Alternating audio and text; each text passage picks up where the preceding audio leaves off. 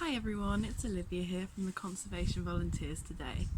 So as spring starts, if you remember from last week's episode, lots of baby animals are going to start being born. So today I wanted to talk about life cycles.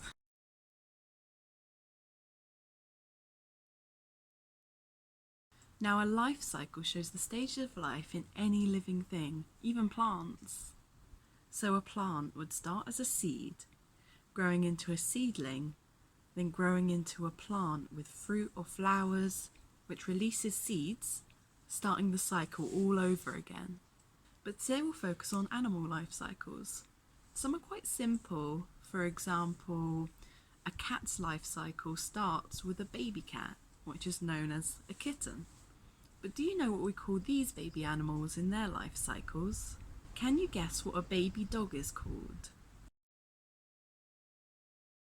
That's right, a puppy. How about a baby rabbit? They're known as a bunny. A baby sheep? They're called a lamb. And a baby cow? We call them a calf. And a baby pig? They're known as piglets. Well done on guessing those baby animal names, but some animals have a much more complicated and bigger life cycle.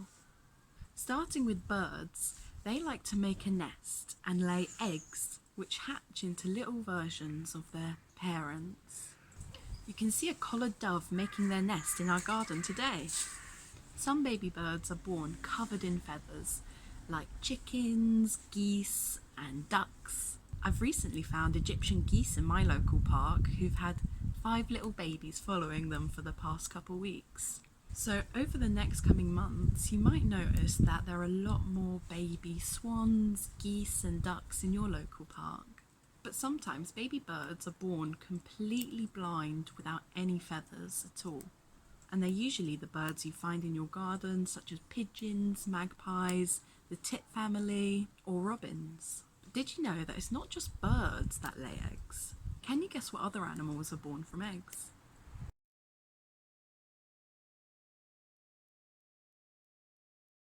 So there are reptiles, such as lizards, snakes and tortoises.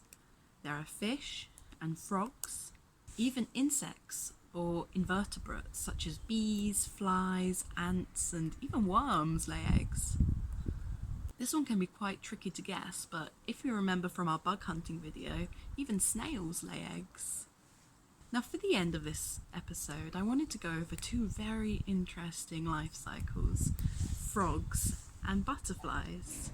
Now when talking about frogs, they start as little eggs known as frog spawn.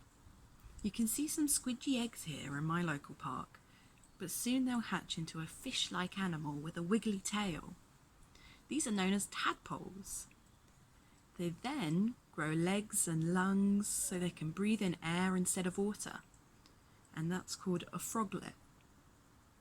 In their final stage, they become the frogs that we all know, ready to leave the water fully and live on land. But frogs aren't the only animal that go through such a big change. Big colourful butterflies first transform from a little egg.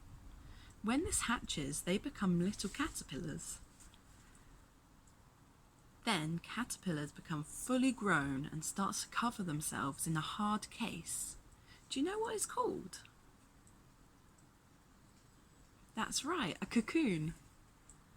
When this is ready, they split open and completely change into a butterfly. Thank you so much for watching. We hope you understand life cycles and why they're so cool now. We've made a worksheet for all these life cycles, so have a go at them and see what you've learned today. And I hope to see you on the next episode of Wild Wednesdays. Bye!